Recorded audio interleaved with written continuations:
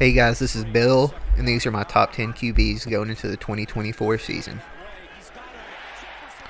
At number 10, I have Kirk Cousins. Ever since he was on the Redskins, I've been defending this guy as a solid NFL QB. Sure, he doesn't act super tough and douchey like the other top QBs, but I think last year's Netflix documentary, Quarterback, really brought a lot of people over to Kirk's side. He's not perfect. He doesn't practice on Wednesdays, which can be a big head scratcher. Also, his mobility can leave something to be desired. He makes up for it, though, with his elite processing and accuracy. He's also a tough son of a bitch in the pocket, which is surprising to some people after, again, coming off as more of a dork than a football player. I think the Falcons adding him this offseason will be a massive boost, and if he stays healthy, they could not only make a run at the playoffs, but possibly make a run through to the Super Bowl. Number 9, I have Jordan Love. Exploding onto the scene in the last half of last year, many people might think he hasn't done enough to earn a spot this high. My main argument is that if he had been beating up on weaker competition all year, you could say we need to wait and see. But after an amazing run to finish up the 2023 regular season, he proceeded to go on to beat the Cowboys and almost beat the 49ers back-to-back. That to me shows that barring something catastrophic happening, he has huge upside, and their offense is only going to get better from here. It's obviously hyperbole, but he really did look like a mixture of Rodgers and Mahomes at times last year. He has an extremely quick release and a lot of different arm angles to throw from, combined with a great scrambling ability to extend plays that can be unstoppable if he continues to improve. All of their receivers have been drafted within the past couple years and are really young tight ends, and even running back is upgraded this year, with the great Aaron Jones being replaced with the even better Josh Jacobs. I expect this team to make some noise this year in the NFC North and beyond. Third down and 1. Play fake. Love being chased. Loads up and fires, and he's got a completion. Number 8, I have Kyler Murray. I'll be the first one to admit that I was a Kyler Murray hater when he came out from school. We had seen the scrambling Heisman caliber quarterback fail in the NFL plenty of times before, and his size didn't help his cause in my eyes. On top of that, once he came into the league, there was a lot of controversy about whether or not he really cared about the game and would put in the work to study defenses in the playbook. I think that really woke him up to decide that if he's going to be good in this league, he really has to put in the work and not just completely rely on his amazing athleticism. That resulted in last year he really took care of the ball and looked efficient on a not-so-great Cardinals team. His scrambling and improvisation ability, combined with the accuracy and growing knowledge of NFL defenses, makes him a lethal NFL quarterback. With the addition of Marvin Harrison Jr. and Trey Benson, combined with the upcoming Michael Wilson and Trey McBride, I think the Cardinals could surprise a lot in the NFL this year. When they bring this look, but I expect pressure. Cardinals need a play right here from their franchise quarterback. Murray running for his life. Murray trying to buy some time. Murray gets a couple of blockers. Murray's going to run for it. He's got it. First down, Cardinals. Number 7, I have C.J. Stroud. Man, I didn't see this coming at all last year. In a similar boat to Jordan Love, I can see you all saying that he doesn't deserve to be this high, but damn, he showed me everything you need to be a top QB in this league last year. Had a lot of great rookie seasons in the league over the years, but this is probably the best of all time, which would be wild to say last summer. Obviously, he's the ideal size for a starting quarterback in the league, can stand tall in the pocket and deliver strikes with pressure in his face. Extremely accurate and calm with clutch situations. He made the Texans' offense look better than it had any right to last year. With the likes of Nico Collins, rookie Tank Dell, Damian Pierce, Devin Singletary, he didn't really have a lot to work with, but he made it look great somehow. I'm a Panthers fan, so this is especially hurtful to rank CJ here, but I'll still root for the guy even though I wish he was on the Panthers. I still believe in Bryce, but you'd be crazy not to take that swap right now if you had the choice. All in all, sky's the limit for him and the Texans. And with the addition of Stephon Diggs, it's crazy to think that CJ could take a big step this year. Stroud floating one deep and running underneath. Tank down. He makes the catch all the way down to the 1-yard line. To throw in the end zone and juggling, he held on. Brevin Jordan has. Number 6, I have Matthew Stafford. This is another quarterback similar to Kirk Cousins that I've been championing ever since he entered the league. Year after year, I'd watch this guy do everything he can to win the Lions football games, despite a terrible defense and running game. Basically, back then, the only possible way the Lions could win is to somehow keep the game close enough for Stafford to have a fourth quarter comeback late in the game. It was truly magical to watch him and Calvin Johnson go to work, and I'm lucky to have seen that firsthand. So when he got traded to the Rams and people were skeptical, I knew that unless something horrible happened, he would have great success in LA. I've been a giant Jared Goff hater in the past, and even though his recent Lions success has swayed me a little bit in the other direction, I still maintain the opinion that Stafford is still twice the quarterback Jared Goff is. One of the few true gunslingers in the league, this guy's just straight up fun to watch. The heart and leadership this guy has on display every time he's on the field. And the man will make some of the most ridiculous throws you've ever seen on a regular basis. Single-handedly made Kenny Galladay's career and also helped lead Cooper Kupp to one of the best receiving years we've ever seen. Even in the Super Bowl, he shined when they needed it the most. The running game wasn't going at all, and they needed him to complete a wild no-look pass late in the fourth quarter for them to have a chance to win. All-time quarterback, all-time competitor, and we'll hate to see him go here in a year or two.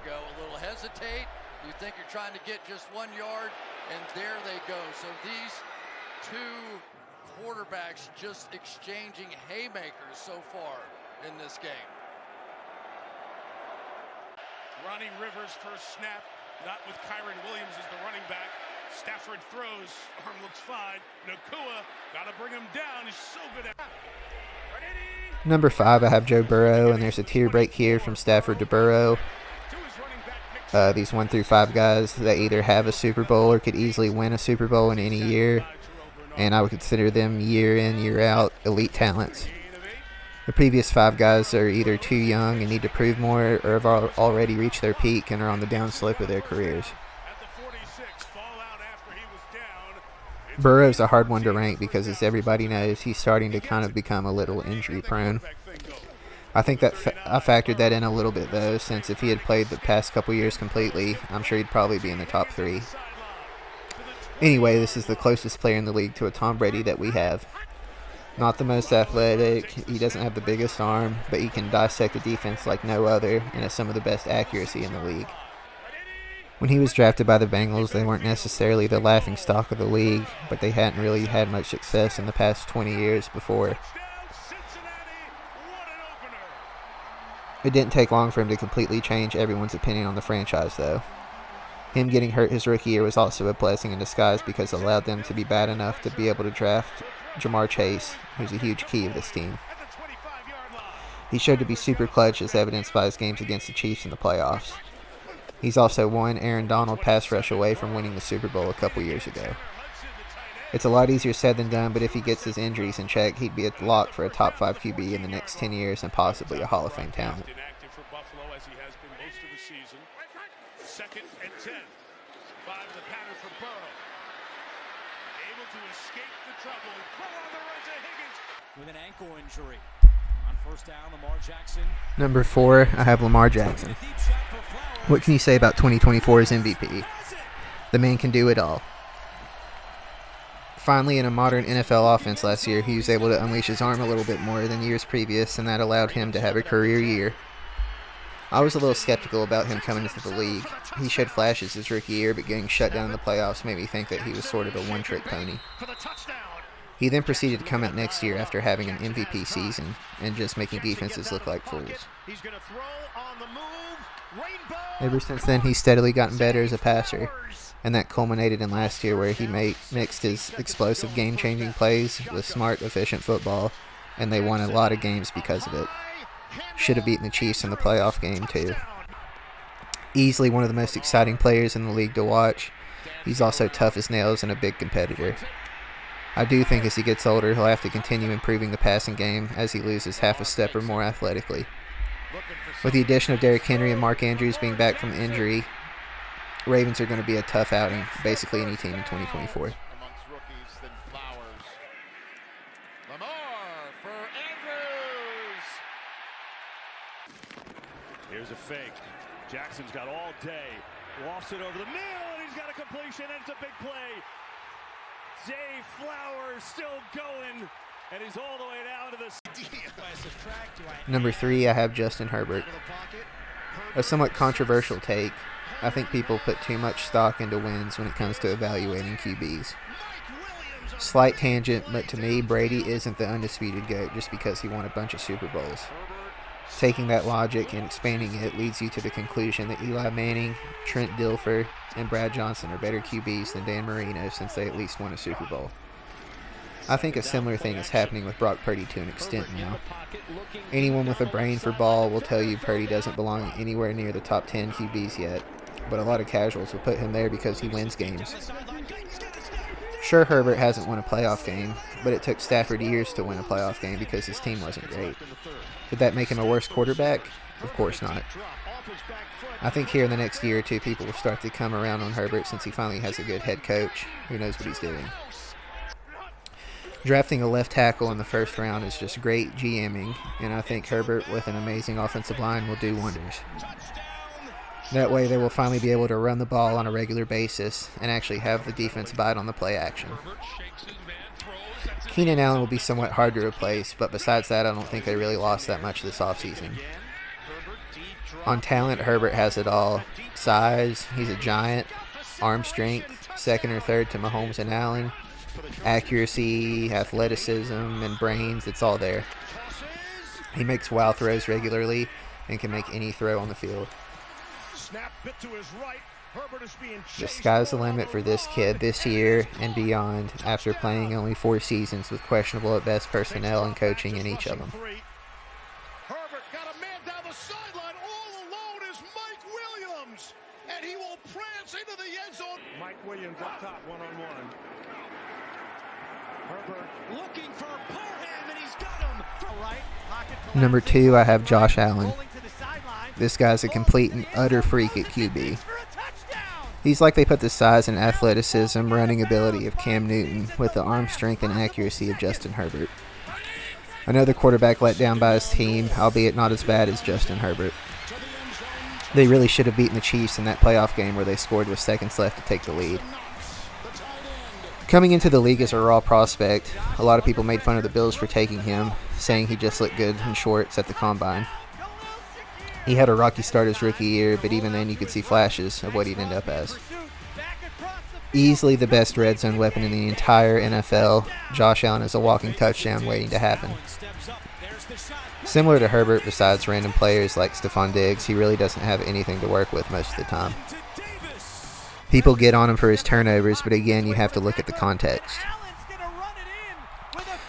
The Bills' defense has wavered from okay to solid, but by themselves they aren't going to win many, if any, games. It's up to Josh Allen to manufacture yards and touchdowns to keep this team in games, and he does it to perfection most of the time. I think with his first-round tight end from last year, Dalton Kincaid, getting better, combined with the addition of Keon Coleman and Curtis Samuel this offseason, could really help him spread the ball out and not focus so much on one receiver like they had been in the past few years. He really is a unicorn, one of a kind, and it will be a huge shame on the Bills if they don't help him win a Super Bowl in the next 4 or 5 years. to the end zone. It's a touchdown catch. Stephon Diggs for the 3rd time today. A quick few honorable mentions before number 1. A-Rod. He's getting older, tore his Achilles last year, and needs to show he can still take shots down the field, but is obviously still as talented as they come.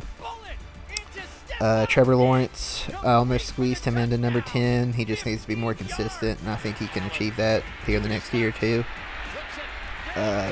Jalen Hurts, solid QB, but I think he gets propped up by the talent on the Eagles.